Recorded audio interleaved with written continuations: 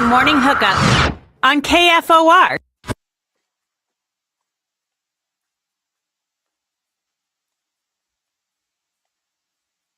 Good morning, Lincoln, Nebraska. Happy Tuesday. Welcome to the Morning Hookup. Philip, guys, Herbal. We're back. Boy, what a beautiful morning it is outside as well. Hope your Tuesday's off to a great start. Lots to get to. Sports keep on giving. I wish YZ was here today, though. Do I get him for another week, though? Is he gone tomorrow? He's out for the rest of the week? Man. I think he's back a week from tomorrow. He's heading up to Boston to go watch this terrible baseball. Man. Because did you see what happened last night to them? Oh, boy. It's not even painful. It's like when it's bad, it's bad. Listen to this.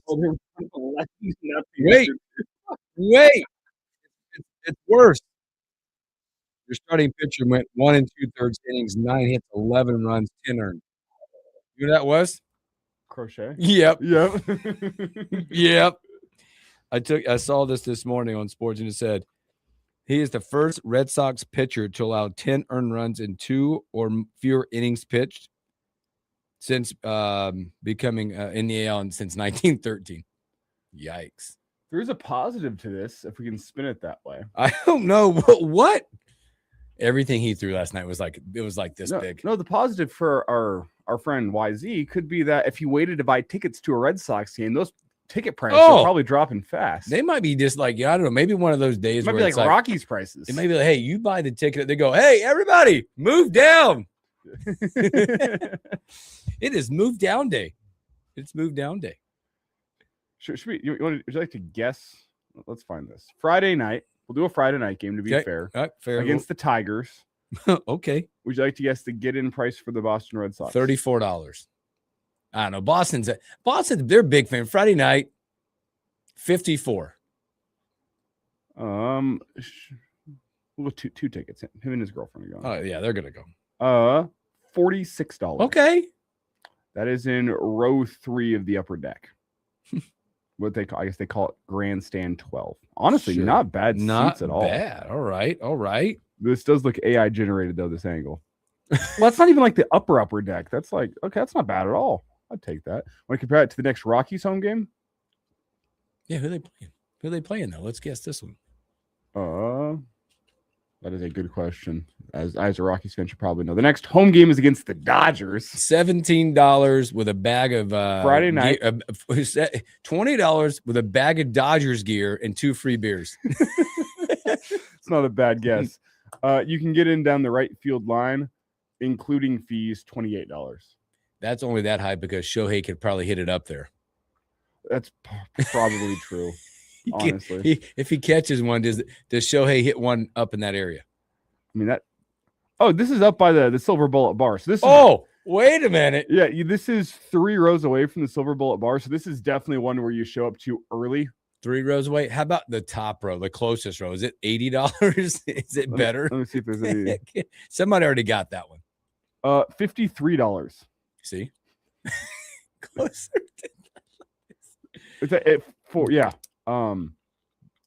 For the general, that's the general admission seats at the bar. Yeah, $54 or $53. 2 rows ahead, actual seats, $28. Yeah, they're gonna get you. They're gonna hook you. That's up. for the folks here for beer. Yeah, here for beer. Boy, lots to get to. We will talk baseball. We're gonna talk some Huskers here coming up. We're gonna go around the diamond in Major League Baseball. We're also coming up in about 10 minutes. Robin Wash at HuskerLine.com. The timer's running in the portal. I also want to talk about the portal a little bit today because I'm watching my Tar Heels as well in the portal. They made an intro. I wonder if this is something happened yesterday that I don't know if when you get a new coach at a program that they will do what happened yesterday. We'll talk about that because I think it's an interesting of what's happening at Carolina. Husker baseball. And then Brian Munson, HuskerLine.com. There's a big one. A big one cut his list down to 2. Which isn't necessarily surprising, but it's still something we need to talk about. We need to talk about it. Especially given some of the news yesterday. There was a tight end. Well, I'm not kind of spoiling it now, but committed to Penn State. Yes. Big news. And talk to Brian because it sounds like that was supposed to be July 1st. Now we're escalated. What does that mean? We'll get that with Brian Munson. Also, MALL, MALL is the 9 o'clock keyword for a chance to win $1,000. Sponsored by Liberty First Credit Union. Just text it into 402-258-2800. 402-258-2800. Let's kick it off. Husker baseball tonight. Creighton in town. I was thinking about this game this morning a little bit as I was driving in. It seems meaningless a little bit. I think you go through seasons and you look, all right, they just lost a series to Oregon. We talked about this stretch. That was at the 9-game stretch you talked about. 6-3, conversations are still there. 7-2 would have made it magnificent, right? This game could loom large looking at it tonight. Oh, I know we talked about like it's a midweek game. They lost their first midweek game last week to Kansas. You got Kansas on the back end of this coming up as well. This game tonight, I went, holy moly, this is huge. Can't lose. Can't. People talk must win, can't lose. This is can't lose because the RPI does not factor in the rivalry part of this series. And if you lose this game, it's an RPI killer. It is because you don't have one of those yet. No. You don't have one of those where you're like, that's the bad loss. RPI, right? Now Creighton comes to town as we've had little to no success against Creighton in Haymarket Park. Yeah, in recent years, it's been 5 straight losses. I want to say it's 5. It's 4 or 5. I'm leaning towards 5. Let's look. Oh, awesome. I found a site that doesn't give me the results of the game. What are we doing here? Just telling me when they played. That's not what I want. I'm looking at this too. I can't find. I think it's 5 straight. I think you are right.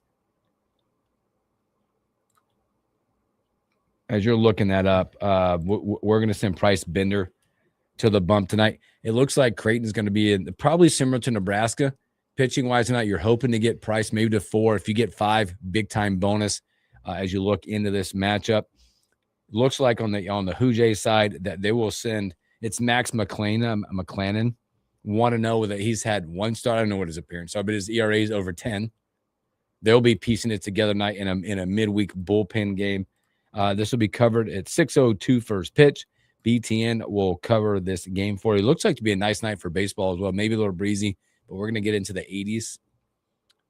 But I just thought, man, this is such a big game for Nebraska.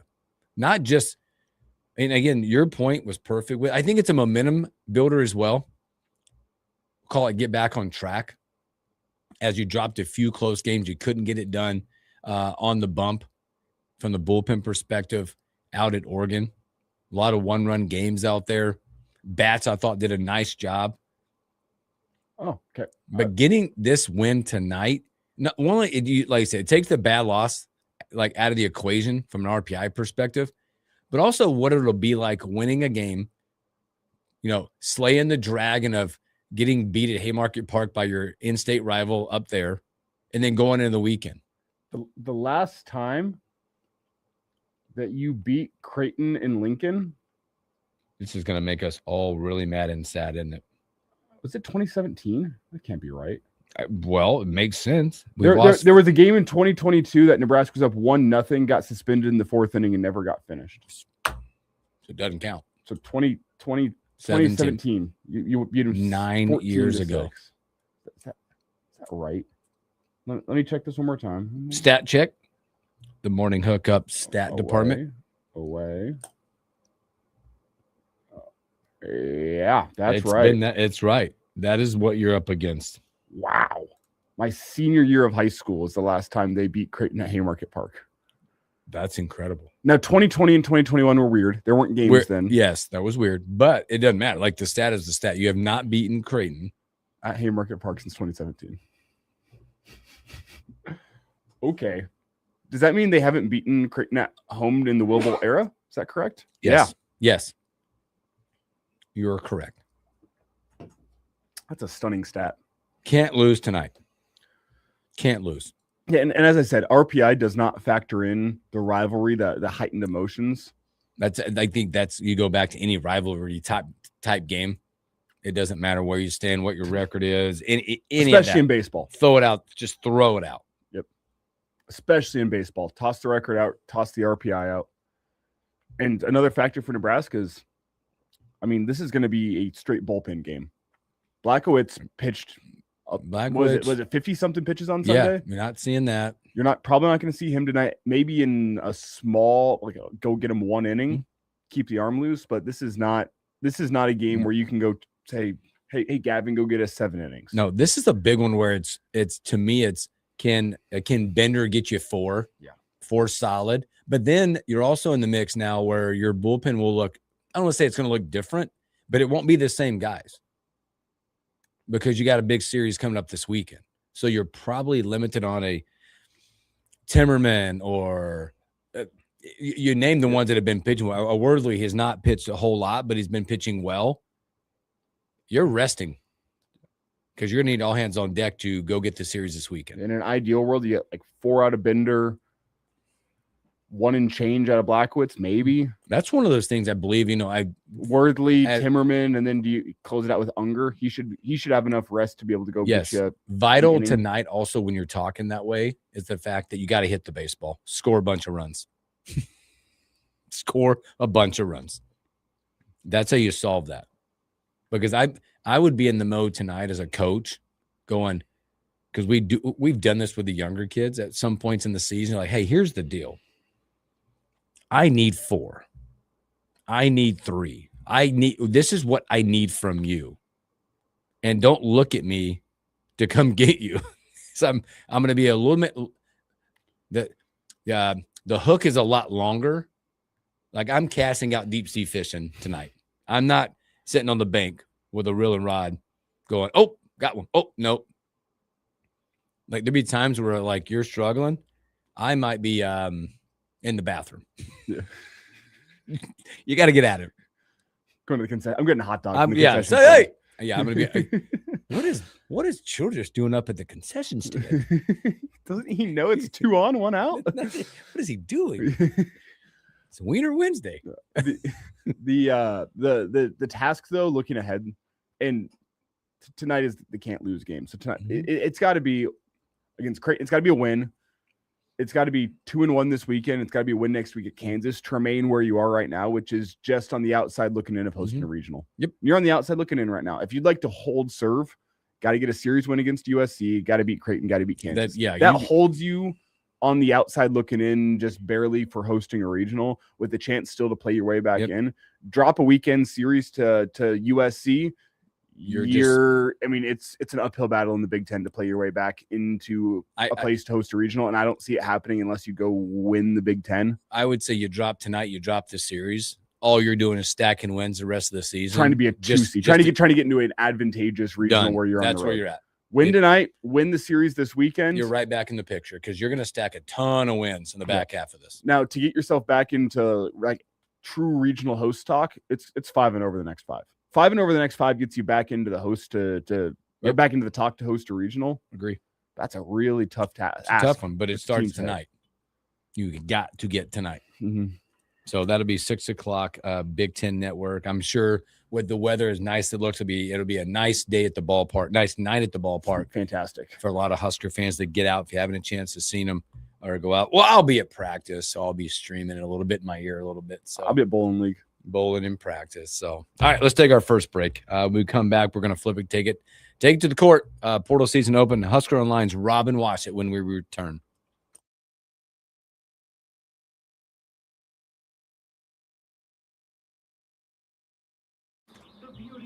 The beauty.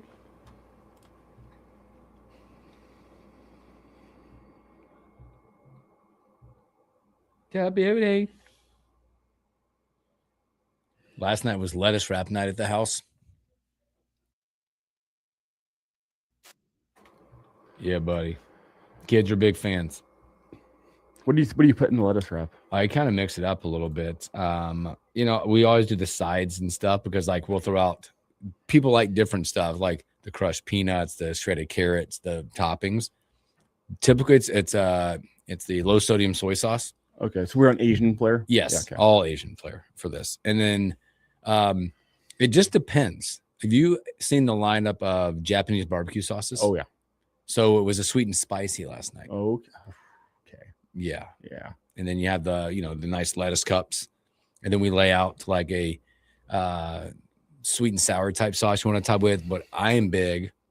I'll throw crushed peanuts and some shredded carrots with a Thai peanut sauce. Okay. Yep. I'm in that realm. I'm the Thai peanut sauce guy. I could do any version of a peanut sauce on almost anything. Honestly, I need to go. Maybe. So I've been doing. I think I've talked about this on the air. I'm not quite sure. I've been doing chicken, rice, and broccoli every night for dinner, going on 2 months now. Yeah. Which has been great. Awesome. It's been amazing. I'm so happy. I'm so happy. How's your body feeling though? Incredible. Yes. Unfortunately. Yep. Dang it, it's working. I hate it. I hate that it works because I still want something better for dinner. I guess I did have I had my first bit of red meat this weekend. I had ribs on Master Sunday, so that was a nice little. That's acceptable. Yeah. But it's been a mango habanero chicken, and I've been doing kind of sweet and spicy sriracha sauce on there. I'm running low on the chicken, so I think I'm going barbecue chicken on the next one. See, gotta find like a low sugar barbecue sauce. Wait, did you see that stuff? I know you mentioned it yesterday. We talked about the Roy, like about being healthy, about his heart rate and all that stuff. Did you see the other stuff? Or I gotta find it again. About I thought it was crazy that he was in like 48 range. Oh yeah, his resting heart rate. Oh my gosh! But then he was showing like what he does from the healthy side of his life. Did you see that? Like no energy drinks. It's like he's got this whole list of stuff that he does and does not do. You guys, I need to get Rob online here. Sorry.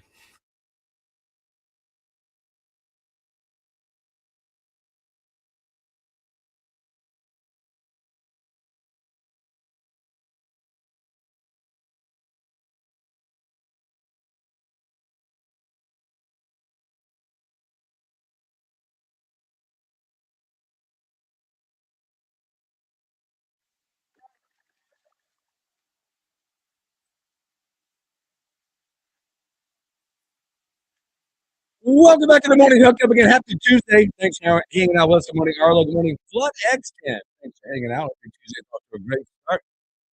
I got it. HuskOnline.com. Robin Wash. What's good, my friend? Oh, another day and the portal turns. I got to ask you, like, you've been doing this a long time and covering this a long time. Did you see at the Masters, they had the whoop, is that what they call it? Whoop. Those the stuff where he showed his resting heart rate. You see that stat? No. This is crazy. His resting heart rate all week was like this. It's 40. It was 48. At what point is your heart rate ever been that low during portal season? Rarely. I probably like once the final roster spot is filled and they're like moving into summer workouts. That's usually when it actually settles down. It just blew my mind because I know that you're up and up on this stuff. But let's talk about it. The portal season is wide open. Obviously, we get one commitment, but the question being because I think we talked this before about how the flow would go for Nebraska. Would it be quick? Would it be more calculated and fit and all that? As time goes by, are there any concerns about where Nebraska is and what they're doing to land the guys they want in the portal? Yeah, I mean, at least when you break it down to just who their first targets were, and usually the first guys that visits are obviously priority guys. So kind of put two and two together that the guys that have been on campus are guys that were high on their board. And the plan always is to try to get those guys locked up before they see other schools. And, now, the Fielder kid from Boise State visited Washington, the Trevin Lenhart, sounds like he might go see Arizona State here. So the longer that it plays out, it's not great, but it's also not the end of the world. Like Price Sanford visited Illinois before he committed. So he visited Nebraska and then visited Illinois. So there's precedent of that happening, but there's also plenty of precedent that the further removed you are from a portal visit, the less and less likely it becomes. So I guess there's always concern, but in the end, that's just kind of the way the portal goes. This isn't the first time that Nebraska didn't get its quote unquote top guys. But there's always a plan B, C, and down the line of players that they feel good about that can help them win. And again, like we've said this all off season going into the portal, that, they're not going to just take guys to take, like, just because they're good players. They're going to take guys that want to play at Nebraska, 2, aren't going to ask for the world in terms of money, because Nebraska only has so much to work with. And then 3, that fit what they want to do both on and off the court. So if they don't get their quote unquote first visitors, then, it's certainly disappointing, because obviously those guys are at the top of their board, but it's also not unheard of that Nebraska can't figure out other directions to go and make the most of their portal spots. Yeah, and one of the things you mentioned, Nebraska doesn't want guys that are asking for the world financially, but that seems to be a theme in the portal so far. I mean, so many coaches talking anonymously, but just the crazy numbers that are getting thrown around for guys that are essentially role players. Like, was that unexpected? It does seem that's been kind of changing and affecting how coaches are operating in the portal, and it's not seemingly what they expected going into things if you were to backtrack 10 days. Yeah, I mean, I think it's not a shocker, especially with just the money involved in college basketball right now, and the level of support certain schools have. Like, all it takes is one school to offer a crazy amount of money, and it just resets the market, because then other players are like, hey, well, so-and-so got this much from school X. Well, that's my value now. And, that's where the bidding now starts there. And, that happened last year. It happened the year before. And so, like, this isn't anything new. The issue for Nebraska is that they unfortunately need players at the 2 most expensive positions in the portal, point guard and center. So, they're finding themselves, like I said, they can't go and just drop $3 million on a guy or whatever it may be, like some other schools can, because, they had to pay Price Sanford and Braden Frager and Cale Jacobson. And, the retention was a far higher priority than, player acquisition. So, it's unfortunate that that's kind of where we are right now, where money has kind of dictated recruitment more than anything else. But, it's nothing new, unfortunately. Well, watch it. They did get off to a quick start with getting one of their targets, Sam Orm, to come to Nebraska. 6'9" forward, shoots the ball really well as you look at the stats, especially from 3. When you're looking at the mantra of Nebraska, 41% from the 3-point line. Give us a breakdown of Orm, what you see his spot being, and how he fits into the, let's call it probably the new revamped offensive Nebraska basketball team. Yeah, I mean, kind of nailed it. He's got size. He's a 3-point shooter. He can beat guys off the dribble.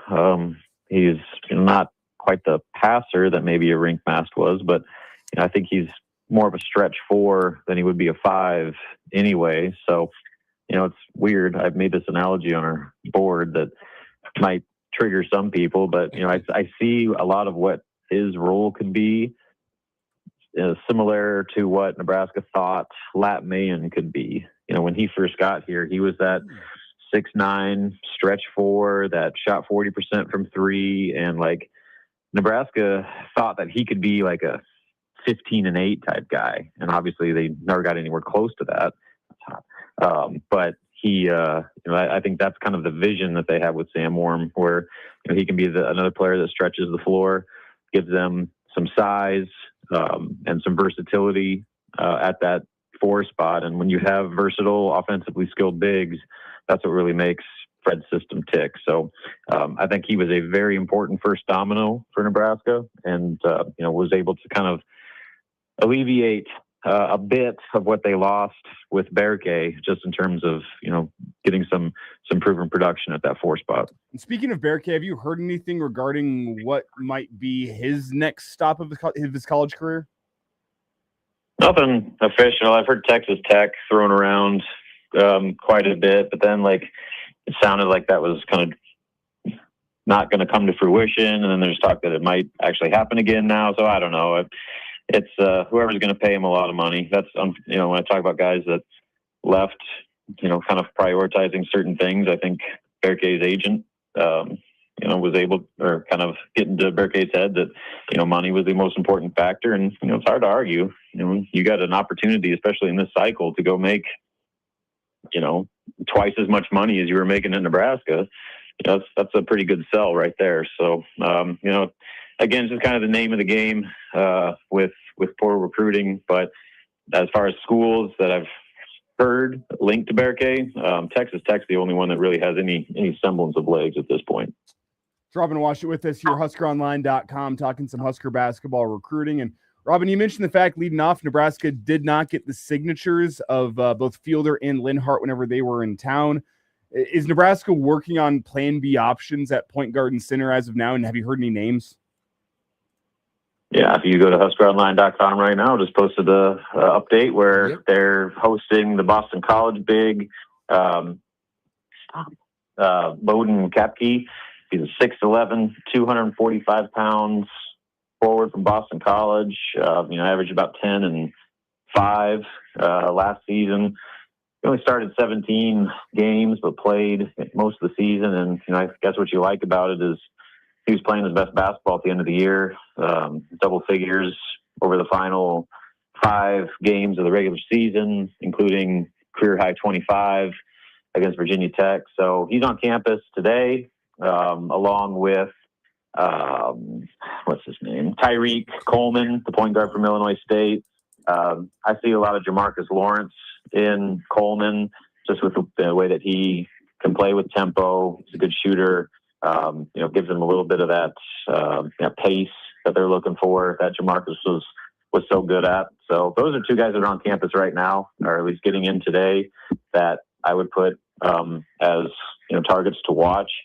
They might not be the bona fide day one starter level players that people are looking for, that you would kind of put Lenhart and Fielder into that type of category. But Nebraska needs multiple players. They're going to take multiple 5s. They're going to take multiple point guards. And so these guys would check boxes of being some really good, I don't want to say depth pieces, but, other options both in the front court and the back court. And the fact that they're here on campus certainly makes them ones to watch. Break that down as you're talking about point guard. What are they looking for, or what type of point guard would Nebraska be looking for? And I asked that based on the fact that, again, yesterday, Price Sanford, you got the announcement that he's officially back. And you know what? He can shoot it. You get Connor Season back, who we've seen shoot it. You got Frager in that lineup. You put Orm in that lineup. What type of point guard would Nebraska be looking for to facilitate that type of offense going forward? I don't know if there's a set prototype. I mean, they've had a different type of point guard every single season. When you think about it, they've had 6'7" Sam Griesel. They've had 6 foot Sam Hoiberg. They've had ball dominant Cam Mack, Alonzo Verge. They've had 6'8" Delano Banton. They basically there's been a different style and body type and a skill set at point guard almost every single season. So I don't know. I think that's kind of just players that they like, that do certain things, and those certain things are, you got to be able to shoot. They're not going to go the Raleigh Worcester route anymore, where you have a point guard that can't shoot. So shooting is non-negotiable. Obviously, you have to be a player that can facilitate, but not just in the half court, but like I said, with Jamarcus, playing with that type of tempo, understanding where to go with the ball. And Fred always talks about simple plays. So guys that don't get caught up and start trying to do too much, and just have kind of the composure and poise and leadership. I think those are probably the biggest attributes that, they're looking for. But if that guy is 6'2", or if that guy is 6'7", or whatever it may be, I don't know if there's a body type that this is a Fred Hoiberg point guard, because he's had a different type of player at that position almost every year. Robin, with just this roster makeup as a whole, I mean, obviously the excitement is going to be with the new names, the transfer portal additions coming in. But as this process wears on, are there any guys that you're bullish on currently on Nebraska's roster to make a bigger impact, that their off-season development could be something of a transfer portal addition? I mean, there's guys that are, coming back. I'd put, Connor Season in that conversation. You would hope that he steps in and plays a pretty pivotal role in that rotation. I don't think he's going to be a starter, but just having, another shooter of his proven ability off the bench, and pair him and Price on the wings, that's a pretty dangerous combo right there for teams to have to kind of pick their poison. So I'd put him as a guy that they're counting a lot on to, I'd say, not only just pick up where he left off, but make a jump and be a more consistent shooter. And then obviously there's guys that they need to make big steps that are the clear choices, like Braden Frager's right at the top of that list. Like, you made it a point to keep him, and now he needs to evolve into the type of star that a lot of people think that he's capable of being. So I'd put him in there. One X factor, Leo Curtis. He's the one most experienced big on the roster right now as far as, playing time last season. And if you can get anything out of him, I think that would go a long way in helping address what you lost with all the front court departures. And, there's a lot to like about him with his offense. And, if you get him to stay on campus and work on strength and conditioning and just kind of get the coordination and all that stuff down and take that a step further, he could be a nice piece in that post rotation. So, there's a few guys that I think make sense in that conversation, but I think the big ones are like, you need Price to be Price. You need Braden to kind of continue to evolve into that other star. And then, you need some of those other guys that can create the depth, because that was, I think, probably the one thing that held Nebraska back this year.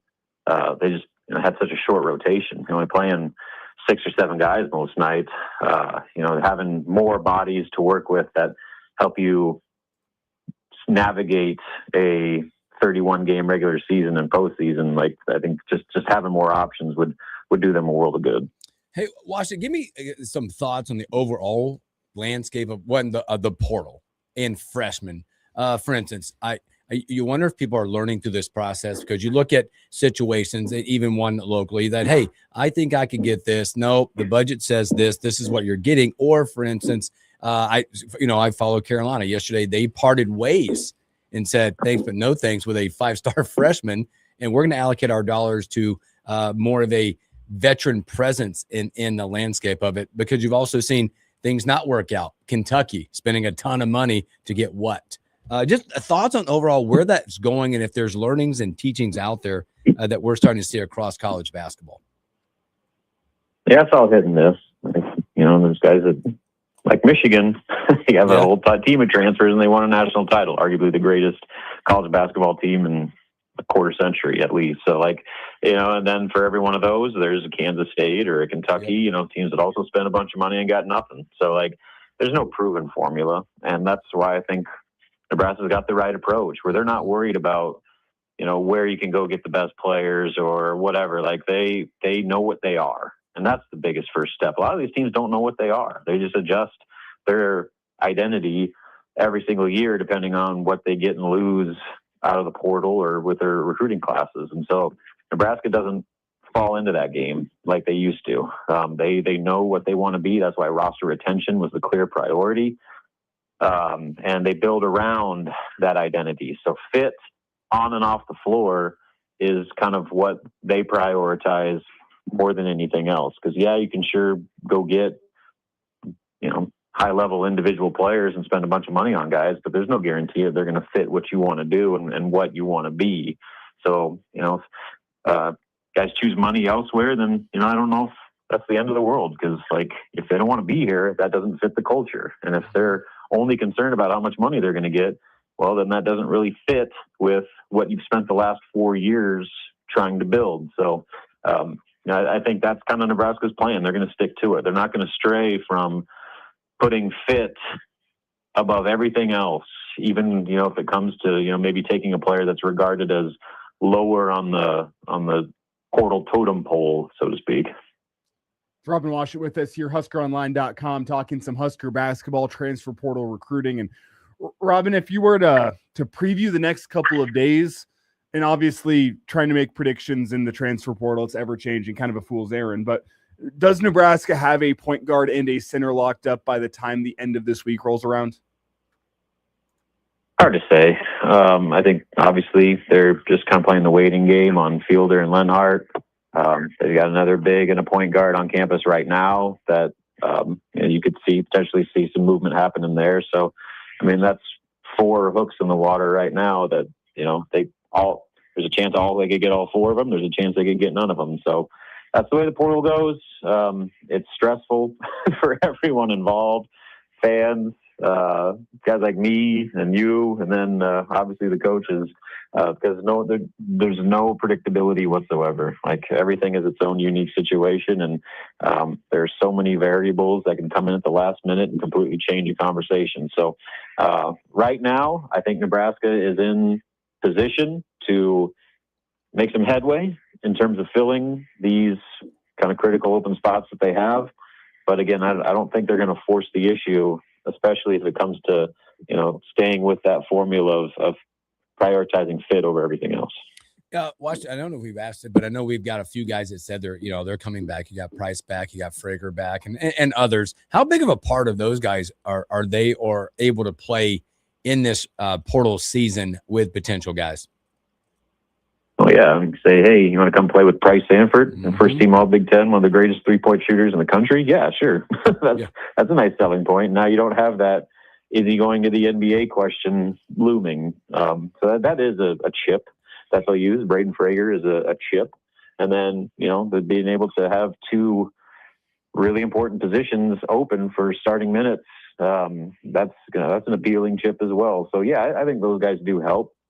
And again, I think that you kind of vet the whole fit conversation around those guys, because those are the core nucleus. Those are the guys that have kind of gotten the culture to where it is right now. And any new addition needs to fit around them. So, if Price Sanford's like, yeah, I mean, he's a good player, but just, I got weird vibes from him, then that might influence how hard Nebraska recruits a guy. So I do think that they play a role both as peer recruiters, but then also kind of in the,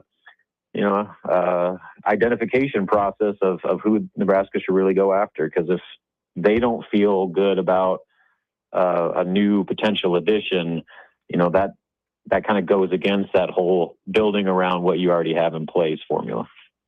It's Robin Washut with us here. And Robin, as we switch gears here, before we get you out, we're going to talk a little bit more about this next week.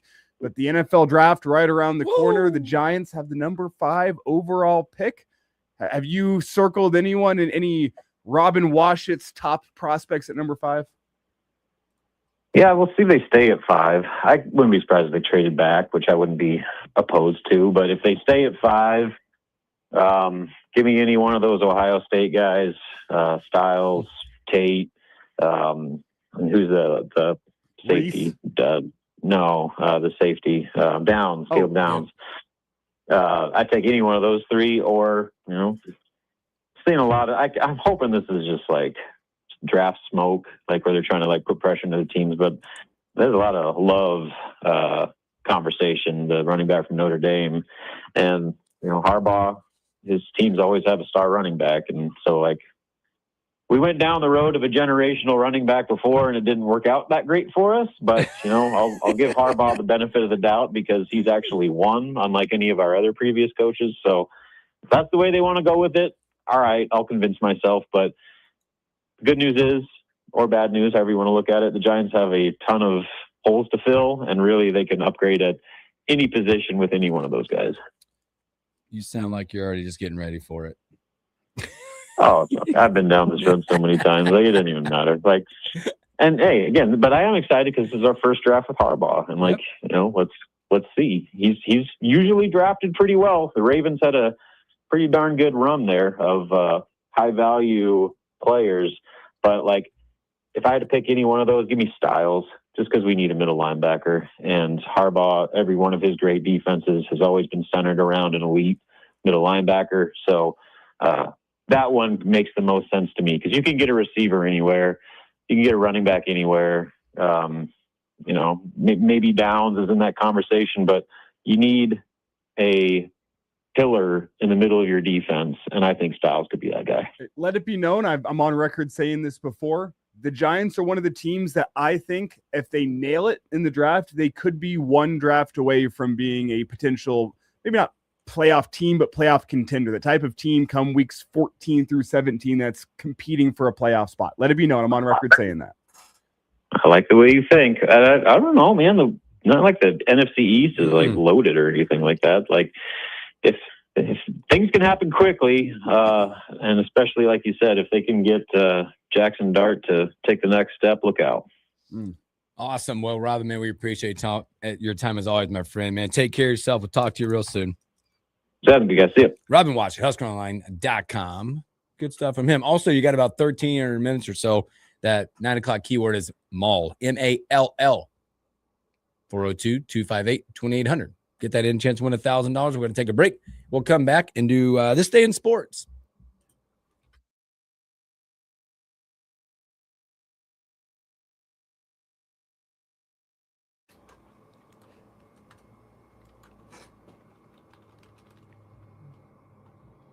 Just crush it. Just crush it.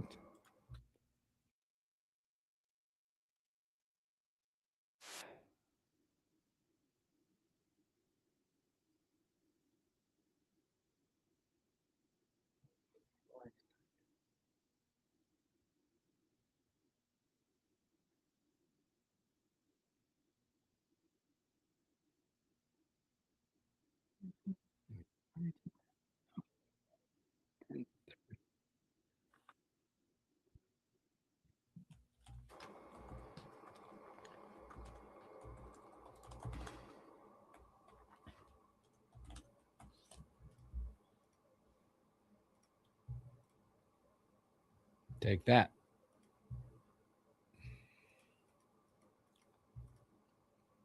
Take that.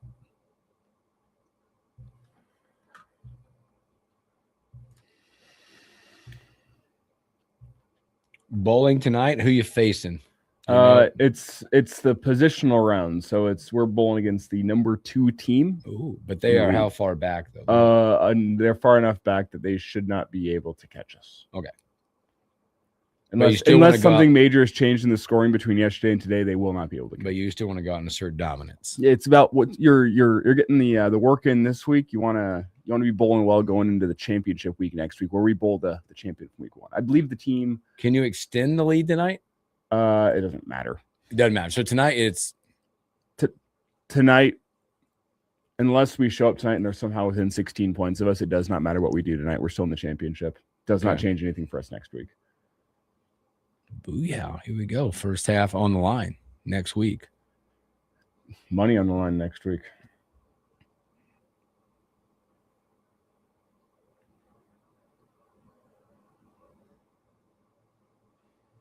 Money, money, money. Money.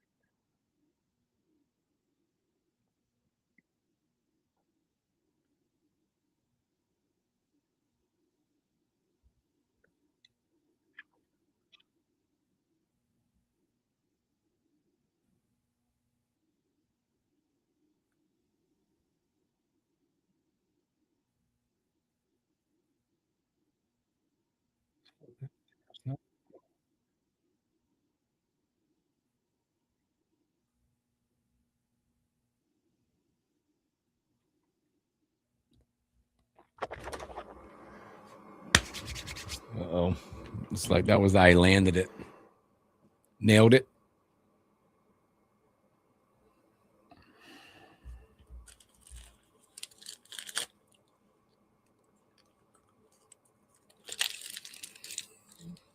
I did catch when there might be food coming in here in about 10 minutes. Ooh. What are we talking? I can't have it, but I can't. I won't. I'll look longingly. All right, we're coming back.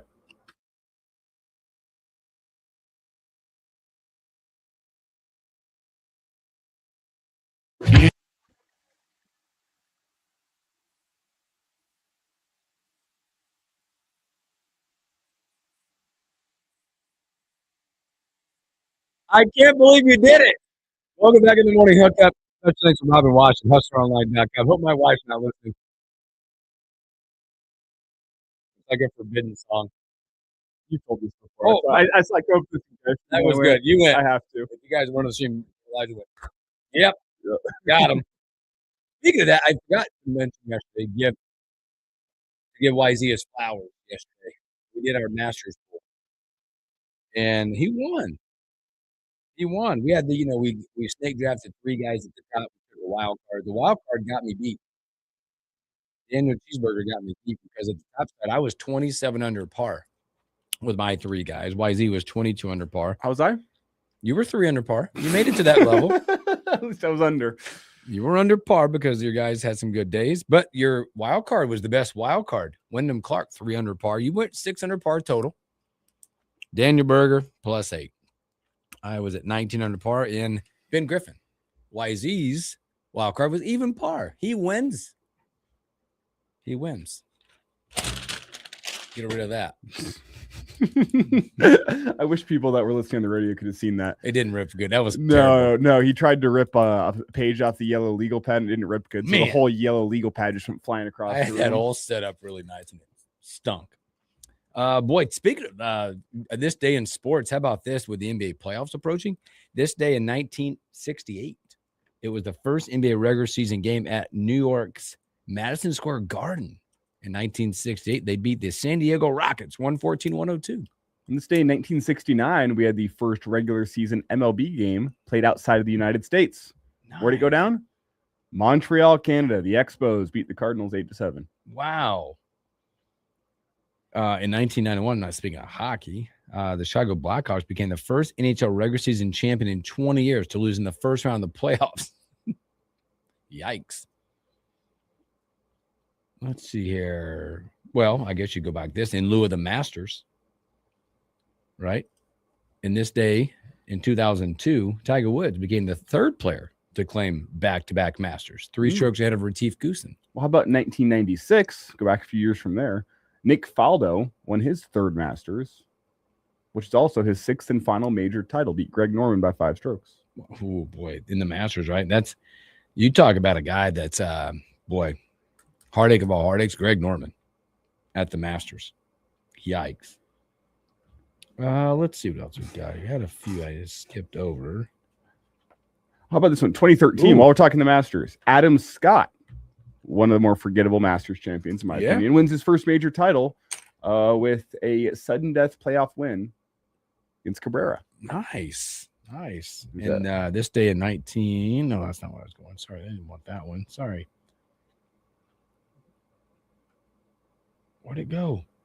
Computer's blanking out on me. What year? Well, let's say in 1925, the first regular season game by the Chicago Cubs was broadcast on WGN radio. Oh, wow. In 1925. They're still broadcasting WGN, aren't they? They beat the Pirates 8-2 back in the day. Well, while we're going way back in time, how about 1917? Chicago White Sox pitcher Ed Cicotte. Yep. No hits. Yes, the St. Louis Browns. Whoa. 11-0. And 7 years before that, this one's really interesting when you look at sports nowadays in baseball.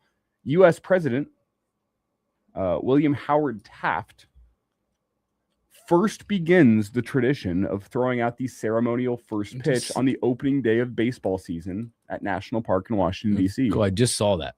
That's awesome. How about this day? You didn't say this. In 1964. I think this is amazing. Future Baseball Hall of Fame pitcher Sandy Koufax. This is insane. Through his 9th complete game without allowing a walk. Think about that. Wow. 9th complete game all the time without allowing a walk in an opening day 4-0 win over the Cardinals. Control, baby. We have 2 important 1966 birthdays on this day in sports history, both on the baseball side of things. On one, you have David Justice turned 60 today. Shout out Moneyball. Great movie. And this other one, how about the Mad Dog? Greg Maddux turning 60 years old today. Oh, boy. Born on this day in 1966. You ever get a chance? If you don't get it, if you do, you're missing out. If you haven't, go back and watch clips of his career. Oh, the way he approached it, the setups of like, it's just crazy how like one, if you don't know it about Maddox, I was a big Braves fan. He called his own games. Yep. By hand signals to his catcher. He would throw a pitch in a game, and he did it knowing that he was setting that particular player up for the playoffs. Come on, man. Best two-seamer in MLB history? Yeah, absolutely. There's no doubt. I still am baffled studying and learning and trying to teach my kids how to get that kind of. Still makes no sense to me to watch. Just anything of it. Hey, Ryan Washington just tweeted out Kel Jacobson will return for his senior season. About that. Coming up, MLB baseball, Brian Munson, a whole lot more. Sit back, relax. We'll be right back.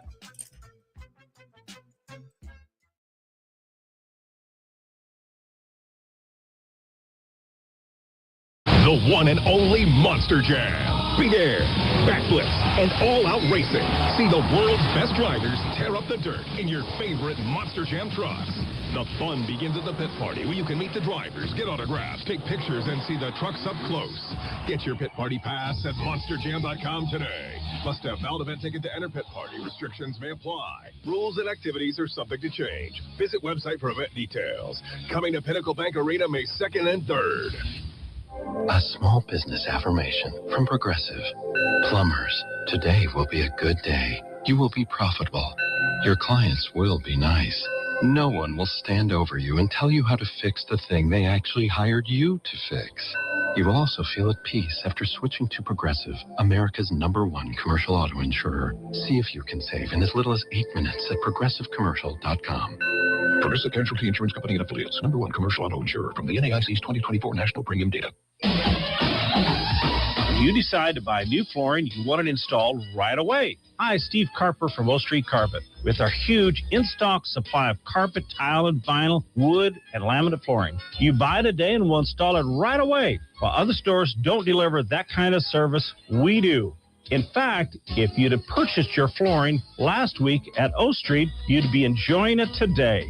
O Street Carpet. 1732 O Street and ostreetcarpet.com. Trying to keep up with today's fast-changing digital landscape, with more ways to consume content than ever before, it is getting harder to reach your customers.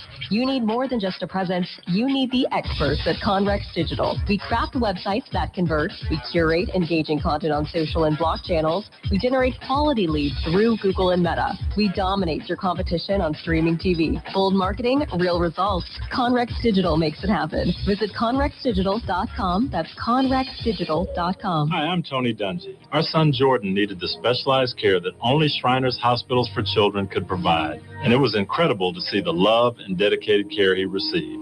Shriners Hospitals for Children is a healthcare system dedicated to improving the lives of kids with pediatric conditions. Shriners Hospitals for Children is changing the world through caring for kids. Please give today at 1-800-241-4438 or at shrinershospitalsforchildren.org. Our daughter Lee was born with brittle bone disease. Thanks to Shriners Hospitals for Children, I can go to school, play, and do fun things like other kids. They've helped me so much. They're like my family. We need your help. Please donate today. Shriners Hospitals for Children is changing the world through caring for kids. Please give today at 1-800-241-4438 or at shrinershospitalsforchildren.org.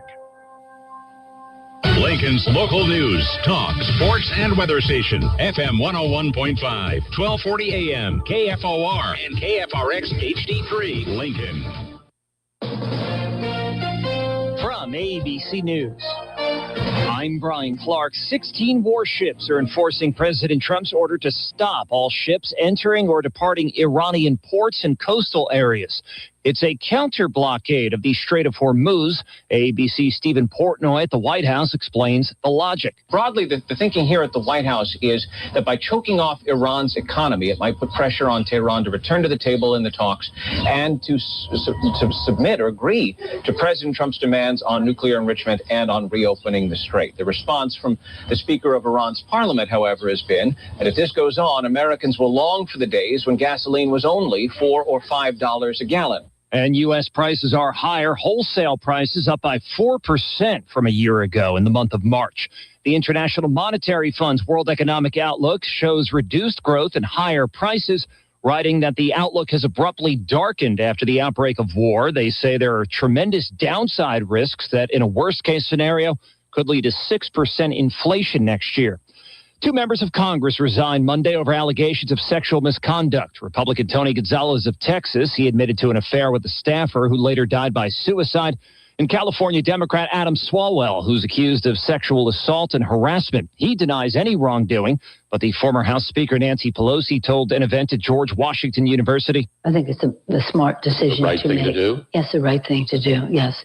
Today, Republican Clay Fuller will be sworn into the House, a seat representing Georgia. He replaces Marjorie Taylor Greene. A Michigan man who says his wife fell off a small boat in the Bahamas and was then swept away by currents tells ABC he's going to stay there and look for her. Brian Hooker says, I'm going as soon as I can to start finding Lynette some more.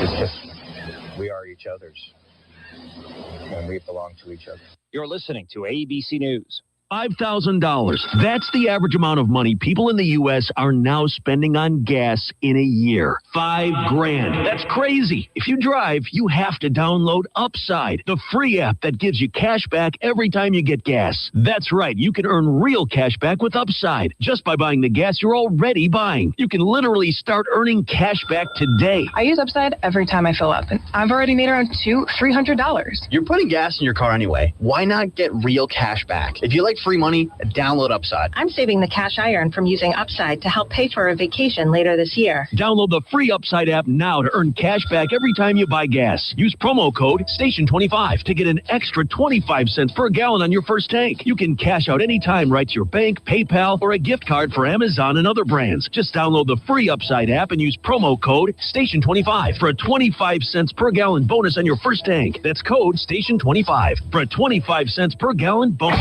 You can vote early in person for the upcoming primary. Good morning. I'm Jeff Mode. 71 degrees at KFOR. But first, we have breaking news at this hour. Reported officer-involved shooting at a Walmart in central Omaha. This happened just before 9:30 this morning at the Walmart south of 72nd and Pacific.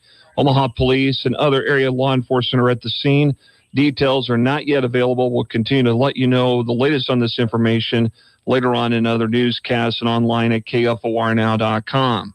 Early in-person voting for the May 12th Nebraska primary got underway Monday, where you can apply for a mail-in ballot or vote in person at the Lancaster County Election Commissioner's office off of 46th and R Street. Election Commissioner Todd Wilchin tells KFOR News you can vote in person between 8 a.m. and 4:30 p.m. Monday through Friday. He says a few nights the week before the election that the Election Commission will be open until 6 p.m. The Saturday before the election, we will also be open on May 9th from 9 a.m. to noon. So that will give voters additional time if they're not able to make it during the week. They could come in on the weekend. A reminder that the last day to apply for a mail-in ballot will be Friday, May 1st. KFOR and our connoisseur media stations in Lincoln are teaming up with Star Tran, Walmart, and Sam's Club to help stop the bus for the Friendship Home, which is an emergency 24-hour shelter for those experiencing and escaping domestic violence. A lot of everyday items are needed, according to Friendship Home Development Director Danny Juergens. Things that we're using day in and day out that you don't even think about. But if you didn't have them all of a sudden, how would you, what would you lay your head on at night when you go to sleep if you don't have a pillow or sheets to sleep on? How would you wash your clothes if you don't have laundry detergent? Stuff the bus will happen outside the 4 Lincoln area Walmart stores and 2 Sam's Club locations from 10 to 4 Saturday and Sunday. Sunny and breezy today and a high of 85. Right now, 71 in Lincoln. I'm Jeff Moats, KFOR News. Your chance at winning $1,000 is happening right now at Lincoln's KFOR. Just enter this winning word by texting it to 402-258-2800, and you could be our next 1K a day winner. Here is this hour's winning word. Fund. F-U-N-D. Fund. Now text that word to 402-258.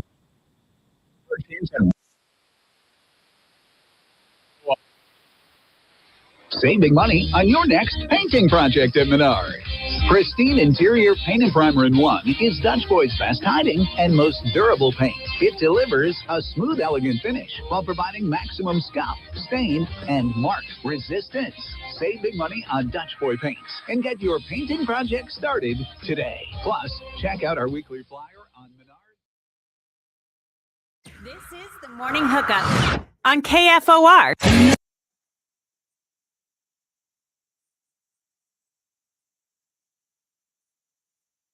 Welcome back to the Morning Hookup, hour number 2. Got my stuff back. I did get it ripped off. We're good. When we went to break, we kind of flew by it, but Joe Jacobson announced officially back in Nebraska. Question being, was that a relationship status or that was for basketball?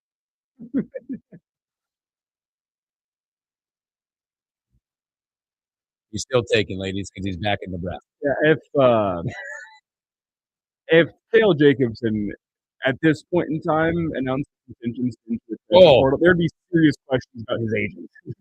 Yeah. Doing, bro? Well, no, it could be serious stuff about, oh wow, he's available in more ways than one. Okay, that's a good piece to get back. Oh, 100%. Great piece to be back. I know I'm making fun of the elite, but of it, a great piece to be back as it is starting to hopefully, as you and I said yesterday, from yesterday till Wednesday, the 72 hours, I think tells a lot because I do believe, every team has a plan, but you're waiting for some of those pieces at this point, you're hosting other portal possible additions, also waiting for plan A to say no. Mm-hmm. Or yes. Right? One of the two. You're waiting on an answer because I think the portal is interesting because you are in that mode. One, I know the best plan would be, hey, I got you on campus. Thanks for coming. Now I need you to sign before you leave, right? That's what in theory. But it's also a really weird patient time to let a kid go, hey, I just want to go check it out and to not be so bullish on the signature while you're here probably, right? You're probably like, oh, God, hey, put it away. We're not going to get it done. So the kid probably has to go out and see if the fit is right. Where's the best fit? Or where's the paycheck? To flip it around, though, if a guy does leave campus, I wonder what that percentage is. 100 when they get here. If they leave, it's 40. It just the concern being that if a guy leaves campus, it means there's something deep within them that's saying this is not the best fit for me. Yeah, you can look at it that way for sure. Now you go to other schools and be like, okay, you know what? These other schools don't have what I'm looking for either. And Nebraska, based on the schools I visited, is the best. But speaking of that, I wanted to bring this up about the portal because it happened yesterday. And again, you guys know I'm all from North Carolina, from Charlotte, and born and raised. And I don't think I've seen this in a while. It came out yesterday. It's reported that North Carolina is parting ways with 5-star Dylan Mingo. They're making the decision to say this isn't happening. It's again, you're playing Moneyball every single year. Mm-hmm. What's happening? I find it interesting that happened. Obviously, I think what's happening at one, you've got a veteran NBA coach who probably understands payroll better than most, managing the payroll, luxury tax, whatever that be. Also, maybe seeing value. One, he understands what he wants to do, and he's not willing to. It goes back to fit. My offense, defense, is how it's going to go. But I wonder if that's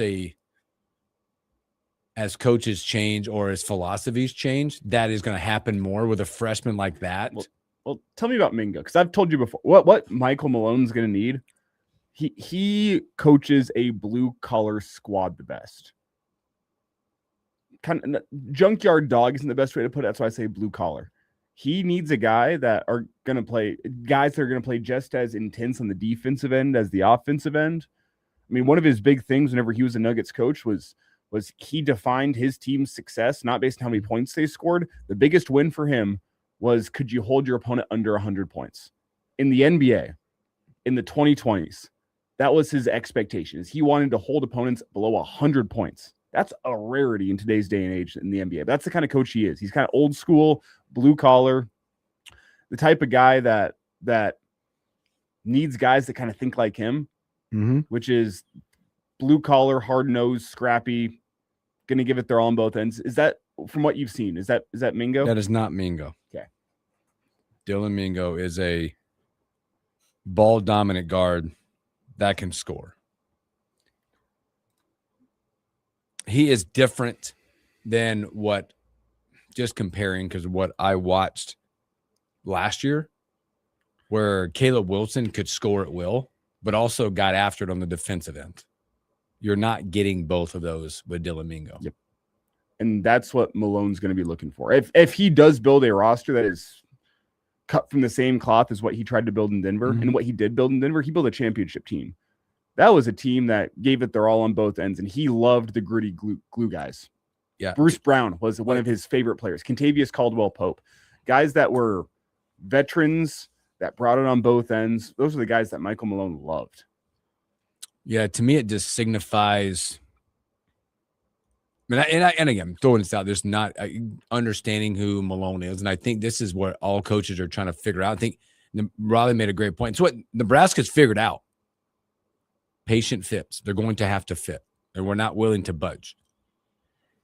To me, it's Malone is saying we will not have selfish basketball play at the University of Nebraska. You're going to compete at both. North Carolina, but you're going to compete at both ends. Yeah, and you might not score 20 a game. Yeah, and there was a guy with the Nuggets, super talented, Bones Highland. Remember the name at all? Mm-hmm. Dude could fill it up from three. Dude was selfish on the offensive end, and dude was a traffic cone defensively. You know what the Nuggets did? After a year and a half of Bones Highland, of him still remaining selfish on the offensive end, being a traffic cone on the defensive end, they shipped him off for peanuts at the trade deadline. And I think Michael Malone said, "Get this guy off my roster." Yeah, and Michael Porter Jr., super talented scorer. Yep. You've seen what he did with the Nets this year. Michael Malone didn't want to play him until he was willing to play good defense and rebound. He had that dude crash in the glass. He was early in Porter's career, and he had the injury he was dealing with. But even whenever he was back on the floor, he was playing limited minutes, and he was a flamethrower from three. But Malone said, "You're not going to see the floor unless you crash the defensive glass. You are 6'10" playing the three. You need to get on the defensive glass." And that's what it took before Michael Porter Jr. was finally playing significant minutes in Denver. I think in this whole thing, you're seeing a reset a little bit of the way coaches are. And I think Michigan has maybe set that reset button on how some programs are going to start looking at things. 5 guys starting lineup, 5 transfers, right? All with minutes logged. You're seeing that. And I think that I don't think that spells disaster for freshmen, but Carolina just said, all right, we're resetting this, and you're not the fit, and you're the number 8 player in that class who probably came out asking, or the going rate was $1.5 million. Probably more. Maybe more. But that coaches are having to look at it differently, going, what's the ROI on a unproven freshman that wants $3 million? Throw the different number, $3 million. What's the ROI? And if it doesn't make sense, then it isn't going to make sense in that world where I can go and take the $3 million and go to $1 million individuals that have been somewhere else that can shoot it just as good, that is logged minutes. Mm-hmm. I mean, Kentucky tried it last year. It was just like, that was what, 20 plus million on a bunch of freshmen, bunch of young guys. It didn't pan out. It was just interesting. I don't think we've heard the stories where it's like a team. Again, it's a unique situation. You have an NBA coach coming into a traditional blue blood program and saying, nope, it doesn't work for North Carolina. It doesn't work for Coach Malone. The kid will end up somewhere. I'm not saying that he will get what he needs somewhere else, but I think it's just a interesting take on where college athletics are, because I don't know how many coaches can say no to a top 10 kid until you start putting the dollars and cents to the ROI. Mm-hmm. That's the benefit of Malone. he's made the tough decisions in the NBA, and he can sit back and no conscience about it. He can talk, talk to his admin, and eventually he can sell it to the fans. I'm an NBA champion. I know what I want. Yeah, because I think that's what it was. Like he landed a big time one out of Vatek, and in the same breath said, we're no longer taking Dylan Mingo or his brother. His brother's in the portal too. And if you look at it, you look at some of the guys out there and how they're cleaning up in the portal right now. I mean, if you're looking square at some of those teams, I mean, holy Louisville. Look how quickly they got old. Yep. With individuals out of the portal. There's going to be a lot more of this happening and a lot more to come in this next week. There's some big-time players that have not even budged. They're just taking a bunch of visits. And I would add to this, I was expecting that at this point in the process, Nebraska would be further along than just one edition. I think you'd feel like that right now. But that's why I kind of asked Robin, and Robin's right. Like, you don't know what the next 4 days is going to bring. But it does feel like by the time you get to the end of this week, you should have most of your roster in place. I think that I totally agree with you. And I think if you're getting the end of this week and you haven't announced a one or two more, I'd say at least two more, you're not feeling great. The stress levels will start to rise. Yes. You'll go, wait a minute. Why have we, and I think you're reassessing. Then you're going to plan B, plan C. And then you're trying to figure out why you were told no in that mix, because you got a lot in Nebraska. You have a lot of good parts returning. Nebraska's hardest thing is I think a lot, and again, I could be totally off on this, but I think a lot of Nebraska's as a brand. Yeah, you made it to the Sweet 16. You did it for the first time in their history, where some of these kids are about getting in tournaments and further in tournaments right now. Can Nebraska sell overcoming that and becoming a mainstay in the tournament with a chance to advance and win a title? And there's some brand stuff you're still skipping over, trying to figure out. Can you duplicate it and then continue to duplicate? And then I think your name, continues to move up. Well, it's. I've always said that about the schedule too. Like, why does back when we were doing the ACC Big Ten, why are we always playing Clemson and Boston College? Well, that's the level of brand of basketball that you have. Mm-hmm. As you become more prominent in the Big Ten, you will start playing the top end ACC school. You'll get the top end Big East school to want to play you in a non-conference situation. Well, and I've used this comparison on the Average Joe Sports Show with what you need to be a dominant college football program in today's day and age. You can go one of three routes. You can either be an elite recruiting team, which is the type of team that is in the top 10 of the recruiting rankings year after year after year after year. That's an Ohio State for you. Yep. That's an Alabama for you. Georgia. You can be an elite development team. That's your Iowas, your Minnesotas, the teams out there that, hey, they're probably outside the top 40 in recruiting every single year, but they take 3 stars and make them play like high level 4 stars. Somehow you're you're between 8 and 10 wins every single year. You're playing a high level bowl game, and there you are. And then the last one is your Indiana, your elite transfer portal evaluation school, where you go and get the guys that you want out of the portal. Now in college basketball, you see, there's very, very few Power 4 teams that are that elite development team that take their guys, keep them around, and turn your guys that were on the end of the bench as freshmen into all conference type performers. You don't really see that. I don't know if those exist anymore. No, in college basketball, you only have the two. It's elite recruiting schools, Kentucky, Duke. I'd still put North Carolina in there. And then you have your elite transfer portal schools. Nebraska, based on the last 2 or 3 seasons, is coming into their own as having a reputation of being an elite transfer portal evaluation type school. How many more years of transfer portal hits is going to take for Nebraska to get the label of the elite transfer portal team in the country? That's what Indiana is in college football. Indiana, 2 seasons, they are the elite transfer portal evaluation school. That's where Nebraska needs to be. If you want to be that team that is consistently in the Sweet 16, you need to have that reputation of being the elite transfer portal team, because I don't think Nebraska is going to build their roster on high school kids. I would throw it out there that, one, this was a great monumental season for Nebraska, but two, I would put this season, upcoming season, as big a season from the brand basketball perspective as any they've ever seen. Yep. I think that's where the pressure lies for this team of 26-27 coming up. Are you able to repeat? Are you able to land the portal market, and get back? I don't think you have to. We're so far ahead, but I don't think Nebraska basketball has to go back to the Sweet 16. I hope they do, and further.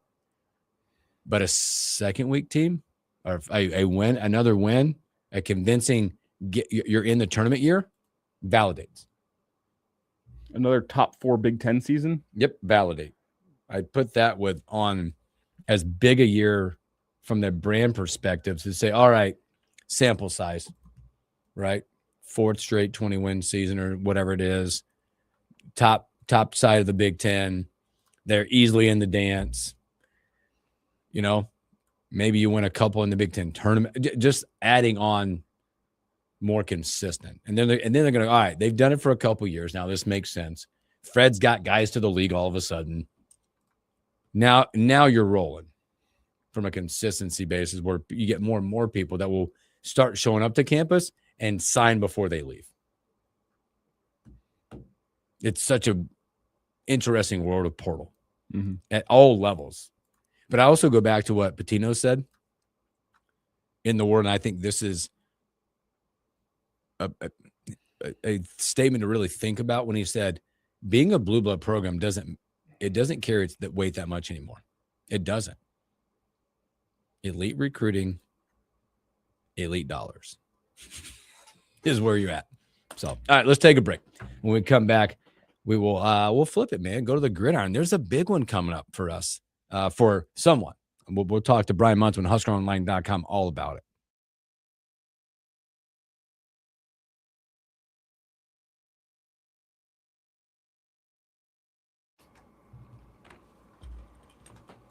Okay.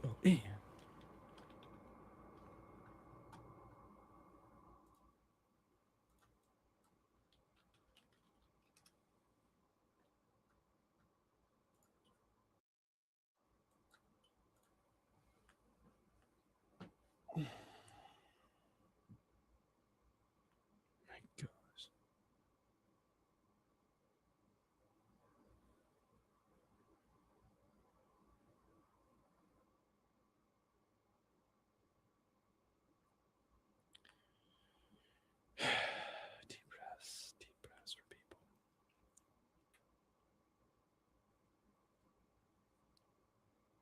people. Ooh.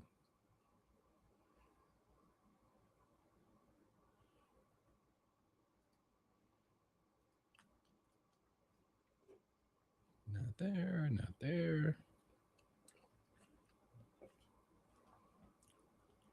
Oh, boy.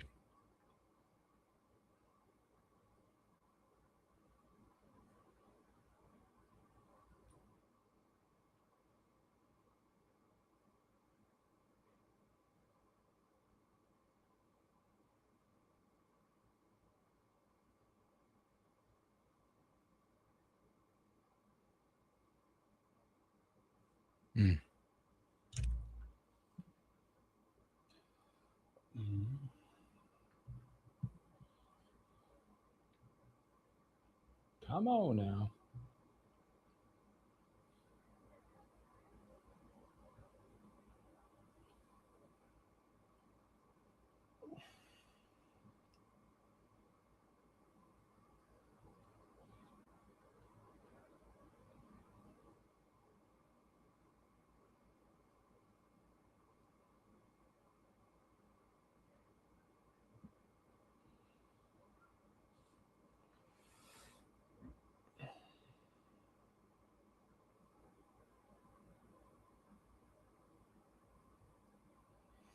What?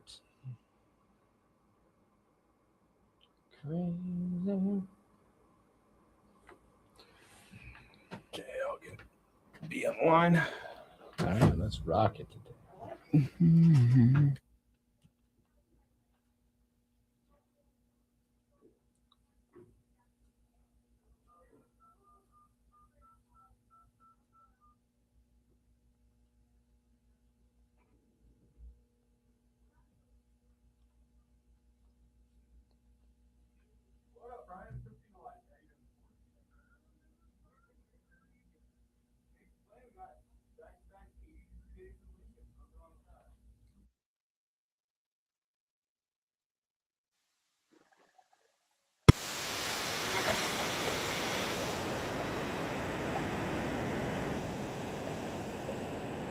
Welcome back in the morning, Hookup.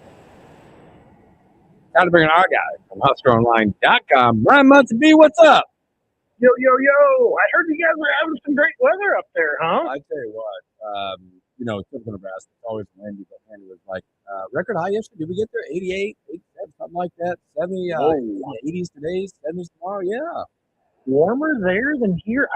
Yesterday was opening day for my son's high school spring practices. Nice. So I was happy to be outside. It was 80 degrees when I walked out the door, about 4:10, 4:15 or so, about the time they get out of school.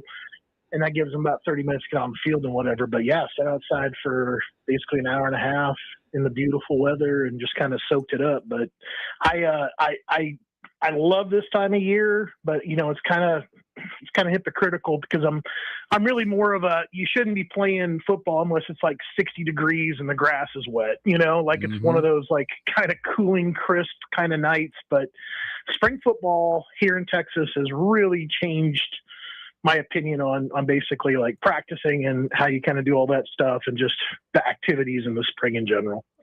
Brian, we're talking the Big Ten here. You're saying you shouldn't practice above 60. I think Big Ten coaches would say some of them, you shouldn't practice when the weather's above 60 degrees, only below 60.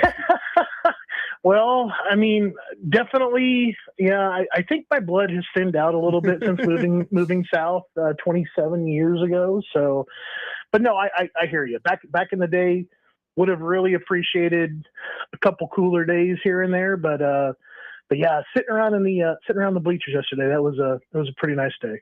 Again, we're speaking to Brian Munson with HuskerOnline.com. Well, Brian, let's jump right into it, man. A lot of talk out there. Talk about it. Let's just talk about tight ends. How's that? Whoa, I don't know what brings that up. Yeah, it sounds like it's a topic that's being heard all around college football, especially locally. As talk about Nebraska. There's a tight end that committed to Penn State, and now getting word that the number one guy, Mont Hudson, has got it down to 2, and we're on the list. Just give us an update there, and obviously, it sounds like that maybe that decision is going to move up a little bit.